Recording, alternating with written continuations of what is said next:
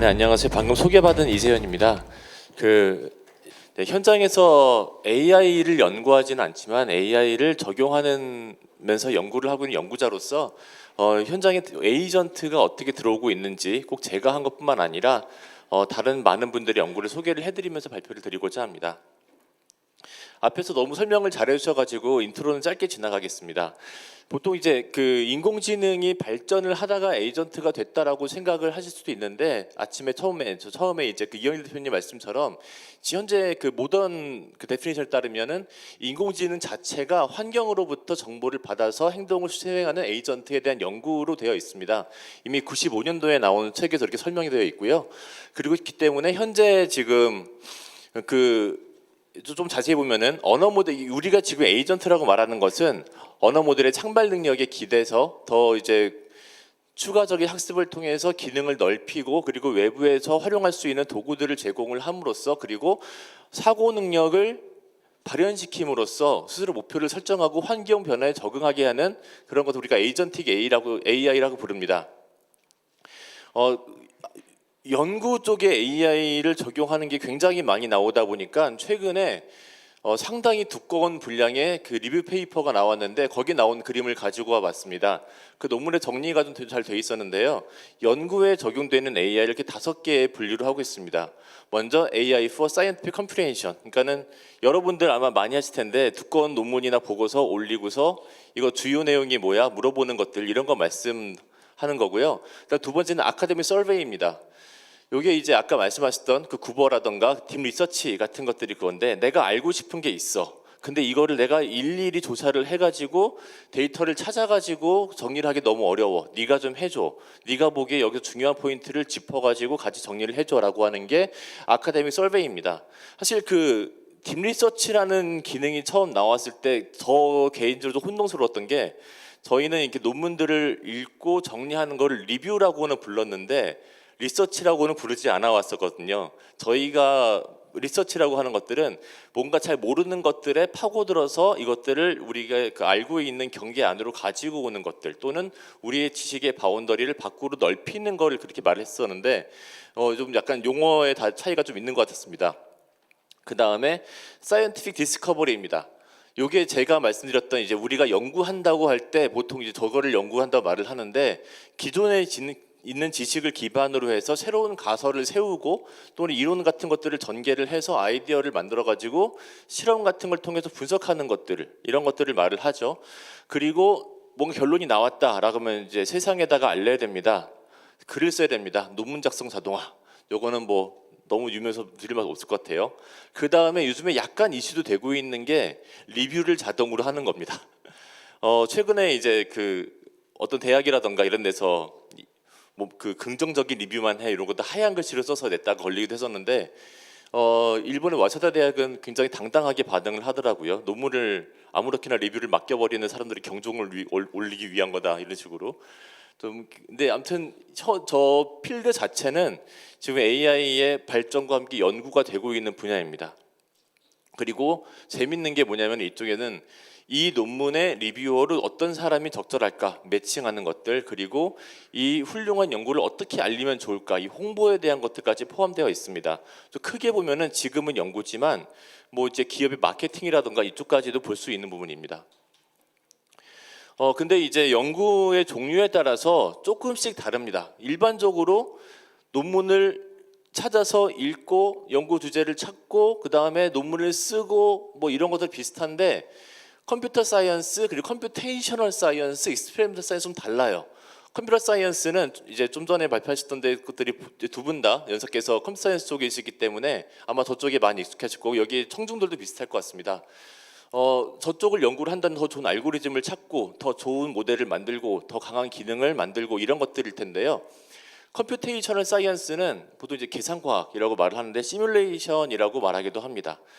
자연에 있는 현상을 지배 방정식이라고 말을 하죠. 어떤 이론을 요약을 한 다음에 이걸 이용해서 현실에 있을 법한 일들을 시뮬레이션을 해서 계산을 하고, 이렇게 하면 어떻게 될까, 더 좋은 게 나올까, 이런 것들을 가상 실험을 통해서 찾아내는 과정입니다. 그러니까는 저쪽은 아직 GPU보다는 고성능 CPU를 기반으로 한 그 하이 퍼포먼스 컴퓨팅이 많이 필요하기도 하고요. 또 실험을 하면 또 다른 얘기가 됩니다. 정말 이게 손으로 몸을 움직여가면서 뭐 이렇게 액체를 따르기도 하고 가루를 섞기도 하고 이런 걸 통해서 실험을 하면서 또 분석을 하고 하는데, 여기에 가장 큰 문제는 뭐냐면 장비들이 다 따로따로 다 물리적으로 분리돼 있고요. 어떤 시료를 만들기 위한 과정은 내 노트에만 써 있습니다. 그래서 이쪽에다가 AI 에이전트를 붙이겠다라고 하는 거는 저 데이터 파이프라인을 어떻게 연결할 것인가의 문제로 해결됩니다. 모델은 뭐 요즘에 오픈 모델도 좋은 거 많이 있고 국내에서도 좋은 것들 많이 나오기도 하고 다 좋은데, 그 이전에 데이터 파이프라인이 정비되지 않으면 아무것도 못하는 분야가 이 분야입니다. 컴퓨터 사이언스 쪽은 워낙에 잘 되고 있습니다. 그 서버 한 대 안에서 가설이 생기고 모델이 만들어지고 여러 가지 실험이 진행이 되고 결과가 요약이 되고 그리고 그 논문으로 작성이 되고 리뷰까지 진행할 수 있기 때문에, 요게 작년에 일본의 사카나 AI라고 하는 곳에서 나온 그림이었는데요. 자체적으로 아이디에이션부터 페이퍼 리뷰까지 해서 셀프로 돕니다. 저런 것들이 진행이 되고 있다 보니까 재밌는 대회가 열리고 있습니다. 스탠포드에서 그 오픈 컨퍼런스 오브 AI 에이전트 포 사이언스라고 하는데요. 이게 보시면 다 컴퓨터들이 뭐 실험하고 있는 그림들이 있잖아요. 저희 9월 29일까지 뭐 한다고 이렇게 일정이 나와 있는데, 재밌는 게 이겁니다. 여기 보시면은 그냥 AI한테 연구 전체를 다 맡겨보자라는 겁니다. 아이디에이션부터 실험 진행해가지고 논문도 쓰게 해서 리뷰까지 해가지고 어떻게 되나 보자라고 하는 게 이번 컨퍼런스의 주제입니다. 상당히 재미있는 시도가 될 거고, 한편으로는 인간의 존재에 대한, 나는 뭐 하는 사람인가에 대한 그런 고민도 같이 할 수 있을 것 같습니다. 관심 있으신 분들은 홈페이지 가도 좋을 것 같습니다. 그런데 이제 컴퓨테이셔널 사이언스로 가면은 좀 달라집니다. 우리는 실험 시뮬레이션을 할 때 에이전트를 쓴다라고 하면은 사실 이미 존재하는 에이전트들이 있습니다. 대학원에 있는 수많은 대학원생들이 에이전트예요. 교수님들에게는. 야, 우리 이런 거 한번 해볼까? 네가 한번 해봐라고 하면은 그 친구는 교수님 시켰는데 어떻게 해야 될까? 그래서 아이디어를 짜내기도 하고요. 밤새서 실험을 하기도 하고요. 결과가 잘 나오면 교수님 나왔습니다 드리면 되는데, 잘 안 나오면은 이렇게 했는데 안 됐고 다시 해보겠습니다라고 합니다. 다시 돌죠. 그런데 요거를 컴퓨터한테 맡기는 작업이 진행이 되고 있습니다. 카이스트의 김지한 교수님이라는 분이 있으신데, 그분께서 네이처에 낸 논문입니다. 요게 그 챗 MOF라고 해서 메탈 오가닉 프레임워크라고 하는 게 있는데, 그게 이렇게 원자를 사이에 공간이 굉장히 많은 다공성 구조물 같은 거예요. 쉽게 말씀드리면은 저기서 촉매 같은 걸로 많이 쓰이는 그런 물질들이고 종류가 굉장히 많습니다. 어떻게 배열하고 있냐, 저 자리에 어떤 원소가 들어가 있냐에 따라서 특성이 각양각색이기 때문에 굉장히 할 일이 많은 분야이기도 한데, 어떤 MOF를 만든다고 한다라고 하면은 학생이 뺑뺑이를 도는 게 아니라 먼저 몇 가지 모듈이 있습니다. 원래 일반 계산하는 방이라서 저런 구조를 만드는 모듈이 있고요. 어떤 구조에 어떤 원자가 들어가면은 특성을 예측하라는 모델이 있습니다. 그리고 과거에 쌓여있는 데이터 룩업 테이블이 있어요. 계산기도 있고. 그렇다면은 이거를 운영하는 거를 GPT한테 맡기면 된다라고 하는 게 교수님의 아이디어였어요. 그래서 사람이 그냥 타겟을 제공해 주면은 얘가 만들고 돌리고 잘 안 나왔네, 다시 어떻게 해볼까? 아이디어 내서 다시 만들고 돌리고 하다가 나오면은 나왔습니다 하면 되는 겁니다. 정확히 대학원생을 대체를 할 수 있는 일들이고요. 대학원생이 교수님의 역할을 하면서 에이전트를 부릴 수가 있습니다. 그리고 요거는 실제 만들어진 건 아니고 이런 과제를 해보려고 합니다라고 발표를 했던 건데, 캐탈캠이라는 게 있습니다. 이게 뭐냐면 이제 그 화학 그런 뭐 플랜트라고 보통 말을 하죠. 대형 엄청난 건물 크기의 실험 장비들, 이런 거 할 때 장비들을 어떻게 배치를 하면은 경제성이 어떻게 될 것이고 라이프 사이클이 어떻게 될 거다, 이런 뭐 TEA, LCA의 평가 같은 게 있습니다.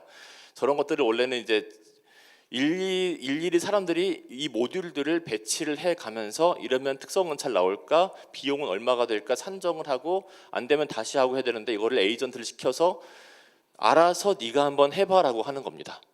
상당히 그 단순 반복 작업이 많이 줄어들 뿐더러 저 결과에 대해서 리뷰만 하면 되기 때문에 전문가가 아니면 사용하기 힘들지만 전문가 입장에서 굉장히 좋은 도구가 되겠죠. 저런 제안들이 현재 지금 많이 발생하고 있습니다. 실험과학으로 오면은 또 이제 많이 다른 얘기 됩니다. 이게 1765년도에 한 책에 나왔던 그 당시의 실험실인데요. 18세기 실험실입니다. 근본적으로 지금의 실험실과 별로 다르지 않습니다. 이 사람들 옷차림이라든가 무슨 장비의 수준을 보면 거의 비슷한데 저 끝에 보이는 지하실에서 올라오는 사람이 있습니다. 연료로 쓸 석탄을 바구니 담아가지고 올라오는 일종의 조수 같은 사람이고요. 저쪽에 디스커션하고 있는 토론하는 사람들이 보이고 여기 실험 준비를 하고 있는 분들이 보이고 여기 뭐 시약을 깃고 있는 분들이 있습니다. 지금도 더 깔끔하고 현대적인 기계가 있다 뿐이지 실험실에서 이런 분들이 이렇게 실험을 하고 계십니다. 여기에 이제 에이전트가 들어간다는 거죠. 이런 식으로 들어갑니다. 이게 2020년에 벌써 5년 전이에요. 영국의 리즈 대학에서 만든 내놓은 논문과 함께 공개한 영상인데 보시면은 깜깜한 실험실에 저 로봇 한 대가 바쁘게 왔다 갔다 하면서 뭔가를 만들고 있습니다. 제가 하는 게 뭐냐면은 광촉매를 만듭니다. 빛을 받으면은 반응을 하는 그런 촉매를 만들기 때문에 깜깜해야 돼요, 실험실이. 그래서 사람이 실험하기 되게 어렵습니다, 사실. 그런데 얘는 여러 가지 센서를 이용해서 어두운 데서도 실험을 잘할 수 있고 하루에 21.6시간을 근무를 합니다. 그래서 이게 밤에 찍었는지 언제인지 모르겠어요. 일단 날짜는 2019년에 나오는데 재밌는 게 뭐냐면은 열심히 일을 하다 보니까 그냥 5일 만에 월드 레코드를 찍었습니다. 엄청난 성실함의 결과죠. 근데 그 성실하기만 한 게 아니라 몇 가지 조합들이 있었대요. 이런 물질들을 얼마큼 넣을까. 근데 이것들을 조합을 바꿔가면서 최적의 조건을 찾아갑니다. 그 중에 보면 성능이 안 좋은 것도 나오지만 굉장히 좋은, 정말 보시면 초록색은 높였다가 내렸다가 다시 얼마 정도 해보기도 하고요. 얘는 몇 개 해보니까 안 되겠다, 접어버리자 하는 것들도 있고요. 사람으로 했으면 시간이 굉장히 많이 걸렸을 건데 사람보다 1000배 정도 빠르게 일을 했다고 하고요. 좀 간단히 설명을 좀 드리면은 그 실험실이 있잖아요. 곳곳에 지금 기기들에서 실험을 하고 자기가 담아가는데 자기 몸체 안에 분석기가 있습니다. 그래서 분석을 하면서 앞에 있는 데이터랑 같이 해서 이번엔 이렇게 나왔으니까 다음에 어떤 실험을 해야지라고 스스로 전략을 짜가지고 실험을 합니다. 여기에 사용된 게 LLM 같은 거 안 쓰였습니다. 베이지안 옵티마이제이션이라고 하는 상당히 심플한 모델에 쓰였어요. 근데 아까 처음에 보인 그림에 그랬잖아요. 에이전트 만들려면 일단 LLM 있어야 되고 파운틴 모델 있어야 되고 그랬잖아요. 굳이 그렇지 않습니다. 선 딱 그어가지고 여기다가 옵티마이제이션 모델 달아도 연구용으로는 훌륭한 에이전트가 됩니다. 그리고 저 옵티마이제이션 모델은 꼭 복잡한 모델일 필요가 없습니다. 간단한 머신러닝 모델이거나 아니면 휴리스틱 모델 같은 거, 뭐 파티클 수험이라든가 그 아르티피셜 비 콜로니 같은 여러 가지 컴퓨터가 안 좋을 때 뭐라도 해보려고 시도했던 그때의 모델들이 있습니다. 그런 것들도 잘 돌아갑니다. 오히려 더 좋을 수도 있습니다. 왜냐하면 저렇게 움직이고 하는 것들에는 배터리 문제도 있고 해서 GPU 같은 거 못 달거든요, 제대로. 그리고 이런 노력은 상당히 오래전부터 지속이 되어 왔어요. 왜냐하면은 손맛이라고 하는 게 있잖아요. 저도 석사 때 굉장히 난 실험 못하는구나라 깨달은 게 똑같은 장비를 실험해도 박사 선배는 잘 나오는데 잘 안 나오더라고요. 근데 이게 편차가 너무 심하기 때문에 모든 연구원들은 다 알고 있어서 최대한 이걸 자동화해야겠다는 노력이 꽤 있어 왔습니다. 지금 보시는 이 논문은 2010년도에 나왔던 논문인데 보시면은 그 데이터의 퀄리티가 정확도가 수동 대비 40배가량 증가했고요. 데이터의 산포가 12% 0.5%로 2.5% 0.2% 줄어듭니다. 상당히 제한성이 있는 실험이 되는 거고 그래서 일반적으로 회사 데이터가 연구실보다 더 퀄리티가 좋아요. 거기는 양산 장비를 항상성을 유지하면서 운영을 하니까요. 특히 2016년도 정도에 네이처에 이런 게 많이 나왔습니다. 연구실 자동화, 로보케미스트 이런 게 나왔던 이유 중에 하나가 뭐냐면은 논문에 있는 데이터 못 믿겠다는 게 있습니다.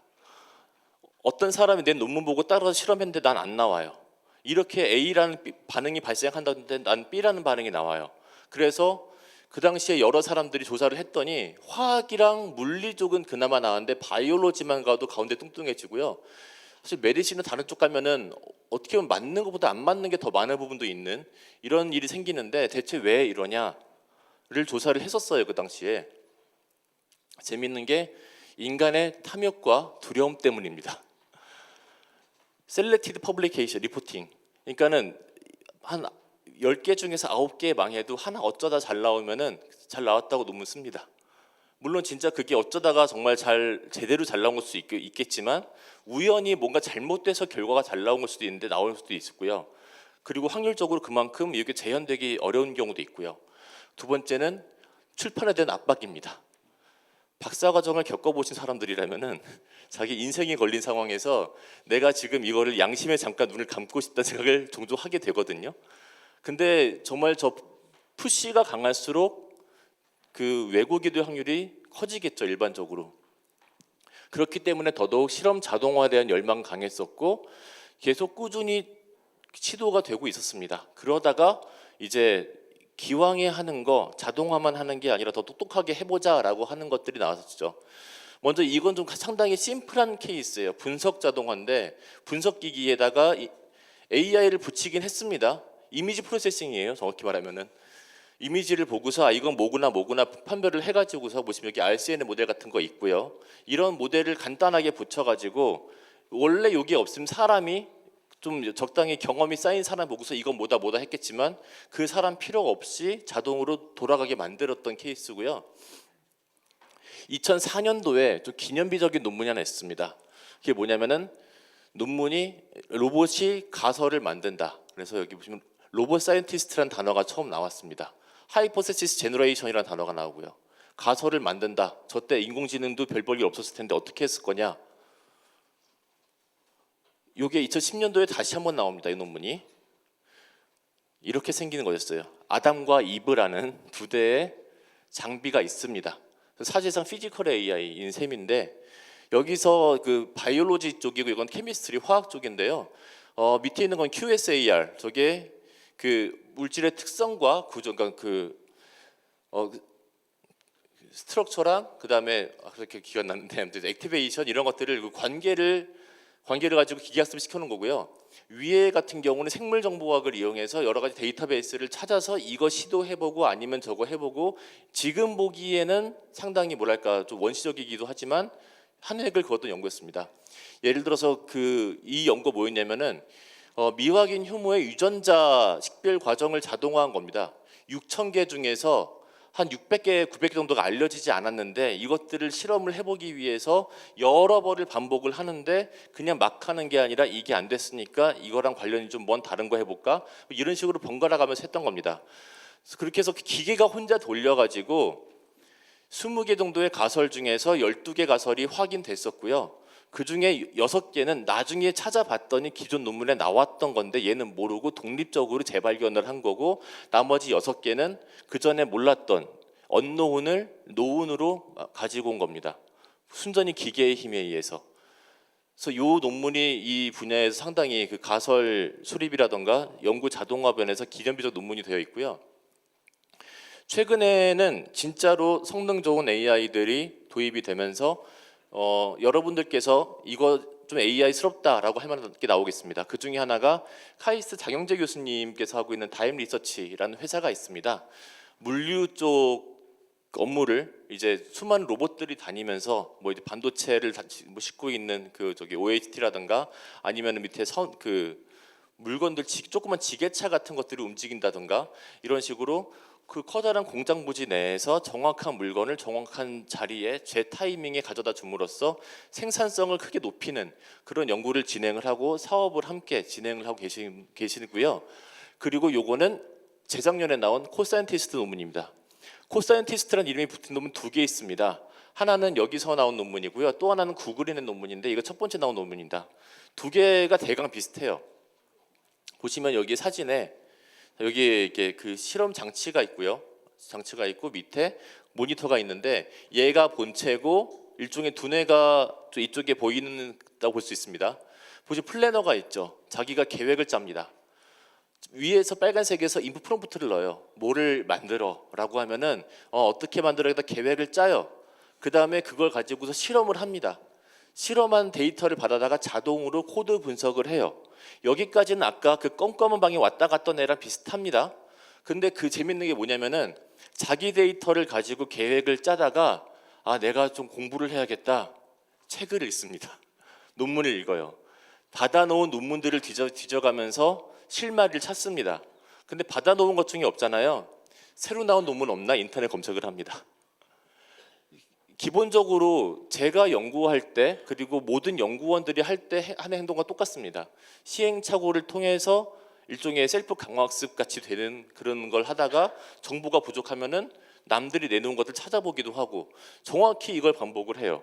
여기서 새로운 가설을 얼마나 잘 만드냐 저것도 관건이겠지만 이 플로우 자체가 얼마나 매끄럽게 돌아가냐 이것도 관건입니다. 그래서 아까 제가 데이터 파이프라인 중요하다고 한 게 지금 어쩌다가 초점이 전부 다 AI에 꽂혀가지고 뭐 소버리네이드 AI 모델만 얘기를 하는데 제조라던가 산업 쪽에서 AI가 구동이 되려면 저 모델 없어도 이 파이프라인부터 먼저 각자 만들어야 돼요.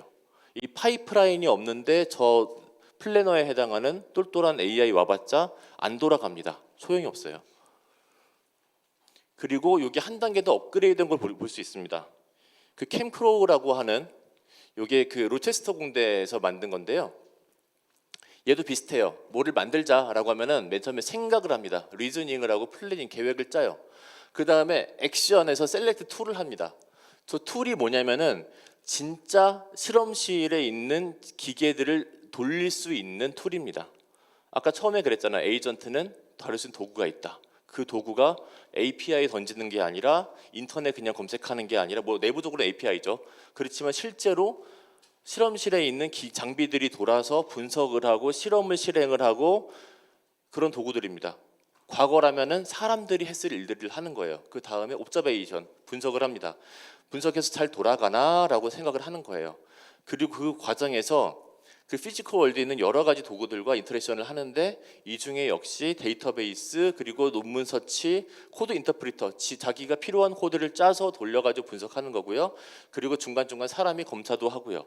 이 과정들이 심리스하게 이어지면은 그 효율이 그때 매우 올라가는 거고 기계만으로도 할 수 없는 거, 사람만으로 할 수 없는 거를 둘이 합해서 할 수 있게 되는 게 현재 리서치 에이전트입니다.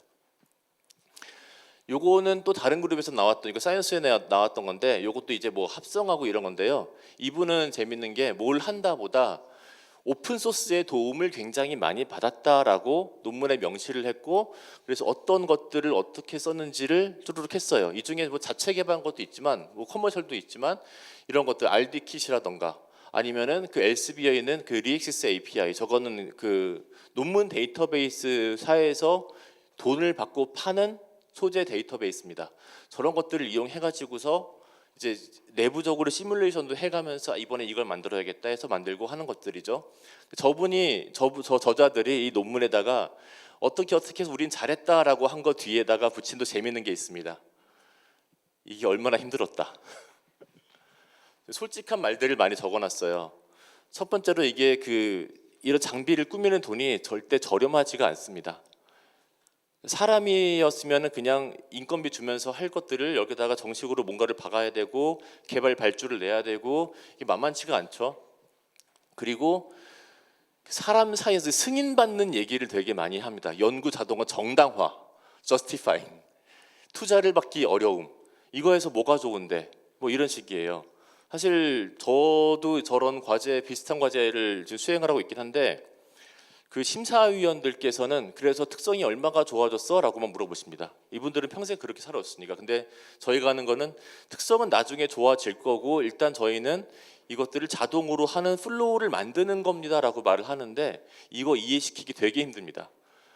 컴퓨터 사이언스라는 거리가 좀 먼 분야에 있다 보니까 잘 모르시는 분들이 오히려 자기가 더 잘 안다고 착각을 하시는 경우들도 있어요.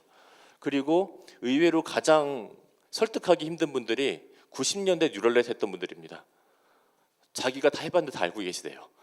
그때 뉴럴넷이랑 지금이랑 많이 다른데 업데이트가 안 돼 있으면서 이거는 안 되는 거라고 하시는데 되는데요 라고 해도 안 믿으실 때가 있습니다. 이런 사람에 대한 오류라기보다 좀 어려움 또는 이제 뭐랄까 조직적인 것들 좀 이제 공간 같은 거 연구실 공간 저거는 한두 사람 설득할 게 아니거든요. 특히 저런 장비들은 딱 셋업이 되면은 이 공간을 한동안 점유를 하고 있어요. 이 자리에 딴 거 못 합니다. 그러려면 공간이 계속 넓어져야 되는 거고, 공간은 내가 넓히면 딴 사람 좁아질 수밖에 없는 거고, 여러 가지 이슈가 있기 때문에 이분들이 추천하는 방법은 접이용으로 모듈식으로 만들어 쓰세요. 약간 그 소프트웨어 개발할 때도 뭐 캡슐레이션 같은 얘기 하잖아요.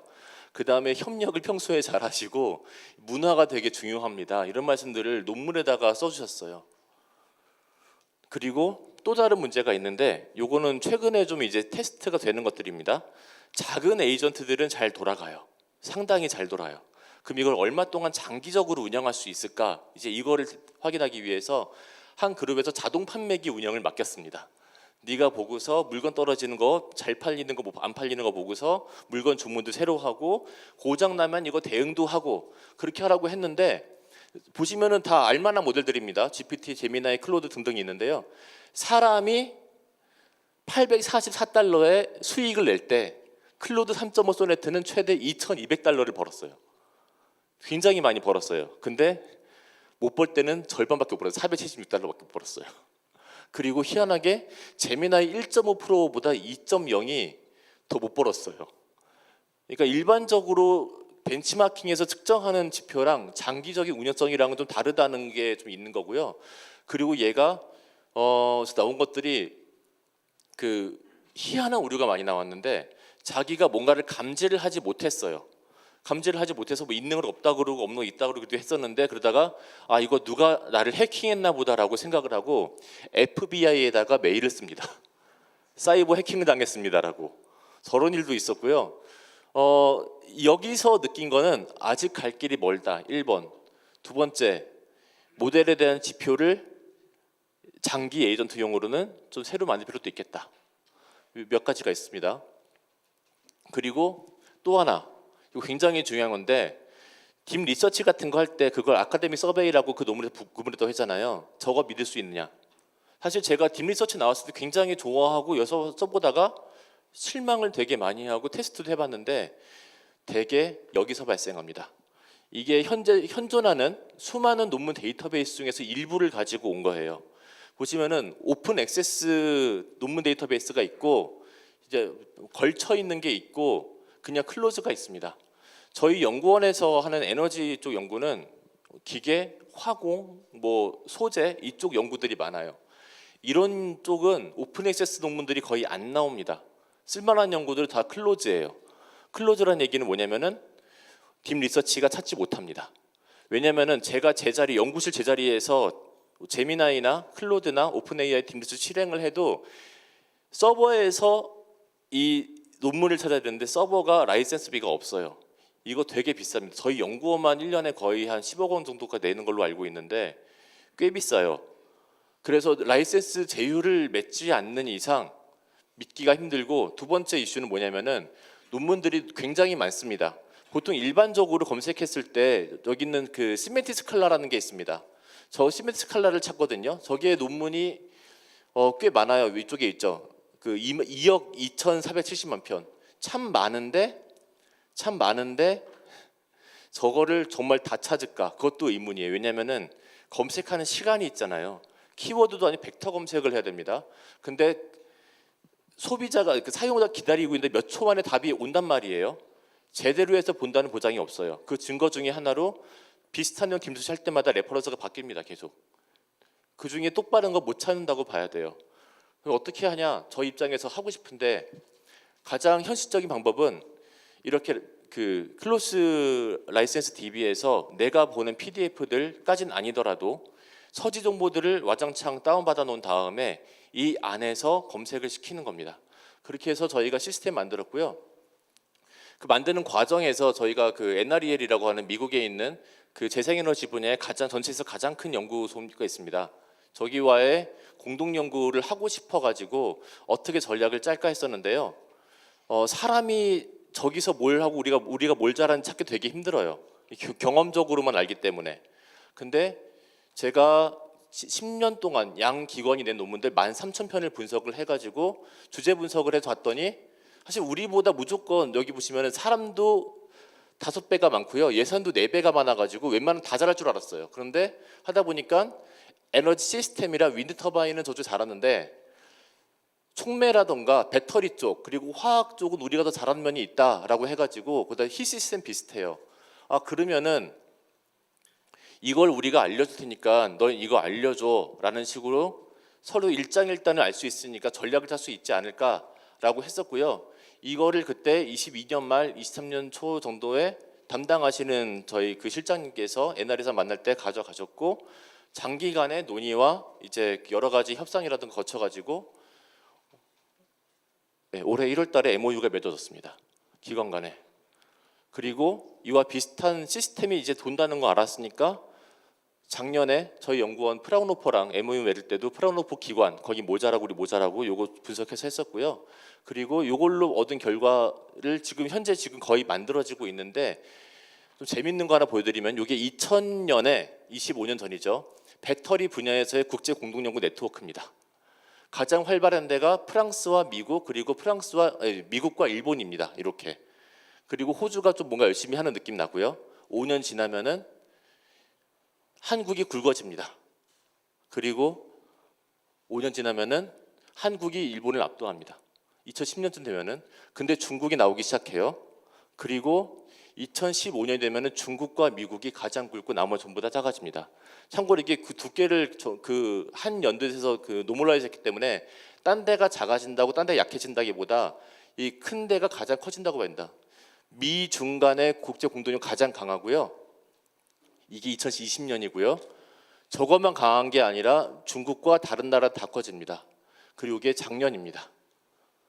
중국이 전 세계 배터리 연구의 중심이 되어 있습니다. 이때 이 시점에서 전 세계에서 가장 연구 잘하는 기관 100개 뽑아볼까 하면은 이렇게 나옵니다. 빨간색이 다 중국이에요. 그러면은 이거 뭐 잘못 나온 거 아니냐? 옛날에는 안 했을 것 같은데 2010년 거 보면은 이렇게 돼 있습니다. 미국 기관들이 앞에 많이 있습니다. 2010년 정도부터 미국과 중국의 그 크로스가 발생을 하기 시작합니다. 최근에서야 많이 뭐 언론에 많이 나오고 있지만 벌써 15년 정도 이미 지나버린 상황이 됩니다. 제가 이런 거를 왜 하냐면은 저희가 이제 개별 연구에 적용할 수도 있는데 연구기관, 국제 연구기관으로서 한 필드에 좀 그 지도를 그림으로써 전략을 짜는 데 도움이 되게 하고자 하고요. 이제 그 끝페이지인데 에이전트를 만드는 방법이 여러 가지가 있습니다. 특정 기술에 얽매이기보다 내가 하고자 하는 목표를 향해서 적절한 기술을 사용하는 게 중요하고요. 특히 실험 쪽은 만만치 않습니다. 데이터 파이프라인을 만드는 게 가장 중요하고 저거는 각자 할 수 있는 일입니다. 그리고 모델이 그 장기적인 성능이든 뭐든 굉장히 중요하기 때문에 좋은 모델을 또 기다리고 있습니다. 이상 마치겠습니다. 감사합니다.